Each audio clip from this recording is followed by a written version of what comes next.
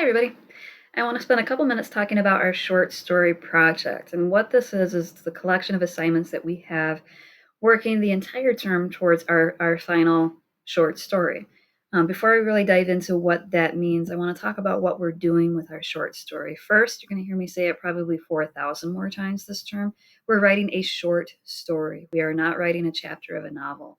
I'll say that again. We're writing a short, standalone story with a clear beginning, middle, conflict, and end. We are not writing a chapter of a pre existing novel.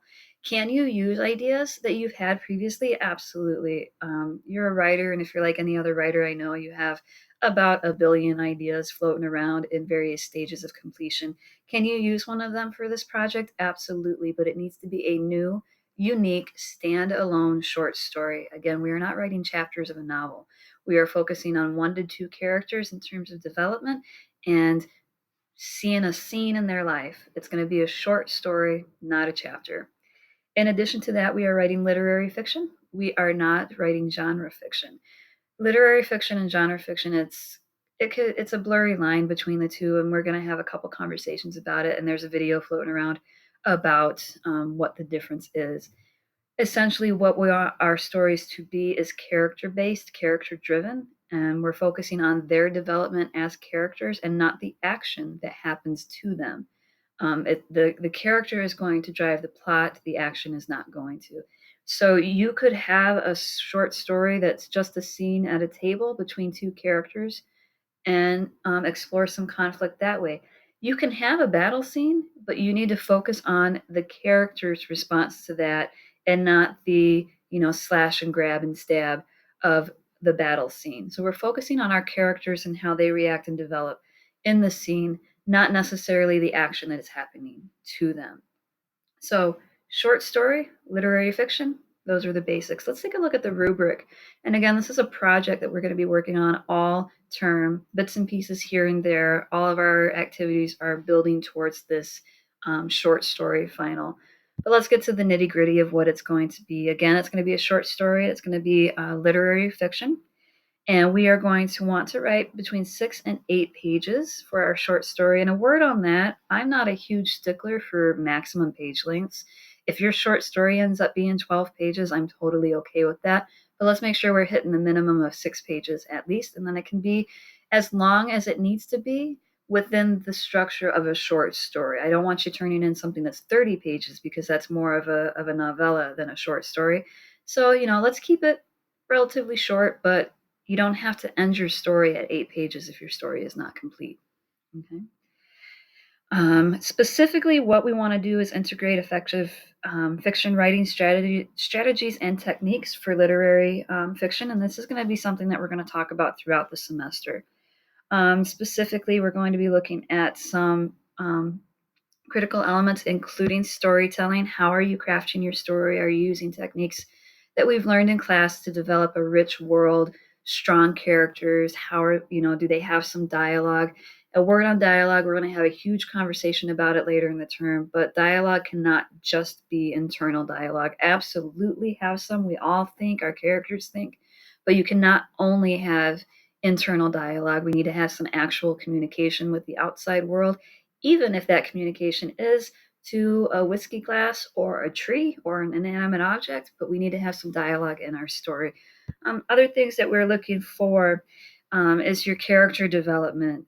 We want to focus on the point of view. Are you doing an effective point of view?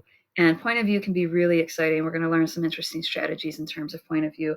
It doesn't have to be third person. You can do second person, where you refer to the character as you. That's really challenging. It can be first person. We'll talk about that. But do you have an effective point of view for your character? Is your character unique, individual, strong, multidimensional? And do they have growth? Has there been something in the story that's made them change their mind or otherwise grow or experience conflict and come out on the other side? Another thing that we are looking for is, as I mentioned, the use of dialogue. Okay, there's going to be a couple different milestones that we have in this process to get there. The first one is going to be a character sketch. I have a video posted, or will shortly, of what our character sketch is going to be. And it's essentially going to be a long-winded, deep dive exploration to our characters. A challenge that a lot of us face is having flat characters. And the reason why we have flat characters is because we haven't spent enough time with them. So really get to know your characters beyond the common tropes, physical description. They are strong. They aren't afraid of anything. That kind of stuff. You're going to dig really deep and get to know these characters. Another milestone that we're going to have is a workshop in which we'll have a couple workshops, but one of them is going to be a workshop in which we peer review each other's character sketches, and then we're going to submit a draft of our story, and then we'll workshop that draft together as well. And again, we do have videos talking about this throughout the term, and of course, we'll keep an open dialogue between you and I if you have any questions at all about these various milestones. And the final milestone is going to be the actual submission of our short story. So let's take a look at what the rubric is going to be for this project. When we actually look at your final paper, your final story, we again want it to be a minimum of 6 pages and then to like 8 or 12 or 14 pages. Again, I'm not really concerned about the maximum length. We want to make sure that we hit that minimum length. And again, don't turn in a paper or a story that's 30 pages because that's kind of pushing out of the whole short story parameters. We're going to be focusing on storytelling in terms of plot. Do you have a strong beginning, middle, and end for your plot? What about your setting? Do you craft a really deep, immersive world? I mean, even if you have your characters just sitting in a single room, can we feel, smell, and experience that room? If they're out and about in the world that you created, what does that breeze feel like? What does the air feel like? What's it smell like? Are you fully utilizing the senses to build a world in that setting? We are also going to look at storytelling genre conventions. Again, we're writing literary fiction, so is your story character-based as opposed to action-based? The next thing that we will be looking at is your voice and style. Voice and style are intangible concepts that we will explore this term. Essentially, is your story, does it sound like a unique creation that you created? And again, voices is something that we're going to dive in deep in this term. The other critical elements that we are looking at is point of view. Did you create a story from a point of view that is consistent? Do you stick with one point of view throughout? And is it an appropriate point of view for your character? We talked briefly about the idea of using second person point of view where we refer to the characters as you. That is an awesome challenge and it can make an amazing story, but it's not effective for all story types. So does your point of view fit for the story that you are telling? The next thing, of course, that we're going to be looking at is your characters. Are your characters rich, deep, full beings that we can relate to and understand? And are they multidimensional? And again, the way we do that is by creating very detailed character sketches. The next rubric piece that we're going to be looking at, the critical element, is, let's get it here, is going to be dialogue. Again, dialogue can be challenging for a lot of us, and we're going to have a module where we just talk about dialogue and subtext. Give you a quick hint. The thing about dialogue is to keep it natural. Okay. Dialogue is something that we do every day. Most of us, you have a conversation with somebody, and the biggest tip that I have to make natural, realistic sounding dialogue is to, sort of copy what you see in real life.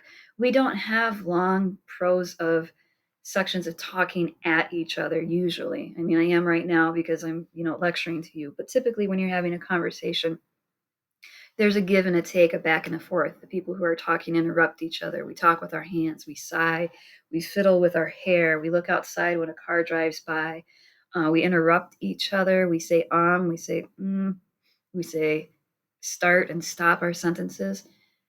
Don't make your dialogue formal like your characters are giving a speech. Make your dialogue natural like they're actually having a conversation. And then again, for this piece, we do need to have some interaction with other characters. We can't just be in our character's head all the time. And we'll talk about strategies on how to do that. Flashbacks is a good idea if you want to have a solitary story. And then the last piece of this assignment that we will be looking at in terms of critical elements is the articulation of your story. Are you following all the rules of grammar? There's a little bit of leeway there, of course, depending on the type of story. But is your articulation clear? Can we understand and follow along? Is your sentence structure appropriate and all that stuff? So that is essentially what our short story project will be. What we're doing in a nutshell is writing an individual standalone short story that's 6 to 8 or slightly more pages with deep characters that have some sort of dialogue, and they're in a world and a setting that is rich and vibrant that we can feel and experience alongside with them. We want to have a clear beginning, middle, and end. We want to have some conflict. We want to have some growth. And we are writing literary fiction and not genre fiction.